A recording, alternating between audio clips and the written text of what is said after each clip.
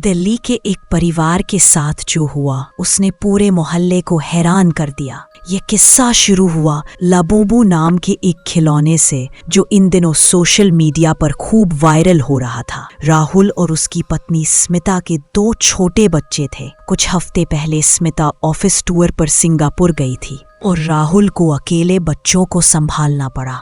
उनके बच्चे जिद्दी थे, लेकिन इतने नहीं थे कि किसी चीज के पीछे ही पड़ जाएं। लेकिन एक दिन उन्होंने मोबाइल पर लाबूबू की वीडियो देखी और अजीब सी जिद पकड़ ली, हमें भी ये लाबूबू डॉल चाहिए। राहुल ने शुरुआत में टालने की कोशिश की, लेकिन आखिरकार हार मानकर बच्चों के लिए वो लाबूबू डॉल खरीद लाया। पहला दिन बिल्कुल सामान्य रहा, लेकिन जिस दिन स्मिता सिंगापुर से वापस लौटी उसी रात कुछ अजीब होने लगा। आधी रात को स्मिता को किसी औरत के रोने की आवाज सुनाई दी अपने ही घर में।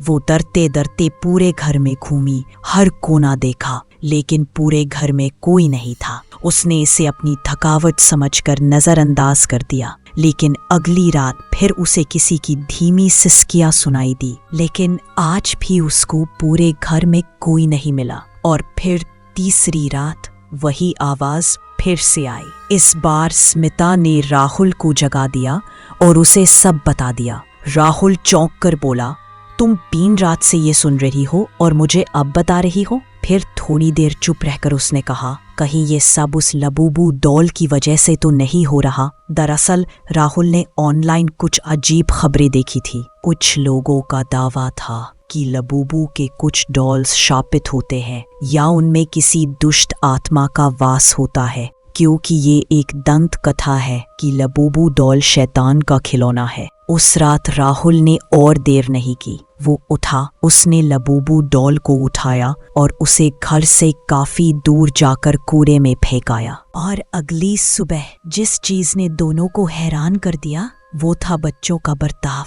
पिछले कुछ दिनों से दोनों बच्चे चिड़चिड़े हो गए थे, बिना बात गुस्सा करते थे, स्कूल और ट्यूशन के नाम से रोते थे। लेकिन आज लाबूबू डॉल को फेंकने के अगले ही दिन जैसे सब कुछ बदल गया। बच्चे हंसते हुए उठे, दोनों खुश थे, पढ़ाई में मन लगा रहे थे, और तो और उन्होंने लाबूबू डॉल का नाम तक नहीं लिया। ऐसा लग रहा था जैसे उन्होंने उस डॉल को कभी देखा ही नहीं। घर का माहौल भी एकदम शांत और खुशनुमा हो गया था। राहुल और स्मिता आज भी नहीं समझ पाए कि असल में क्या हुआ था, लेकिन एक बात साफ थी, लाबूबू सिर्फ एक मासूम सा खिलौना नहीं था। क्या तुम्हारे साथ भी कभी ऐसा कुछ हुआ है? ये लाबूबू तो बस एक खिलौना था, लेकिन जो कुछ भी उस घर में हुआ, क्या वो महज एक इत्तेफाक था या फिर वाकई कुछ खिलौने अपनी खामोशी में एक खतरनाक राज छुपाए होते हैं? कौन जाने। अगली बार जब कोई मासूम सा खिलौना आपके घर आए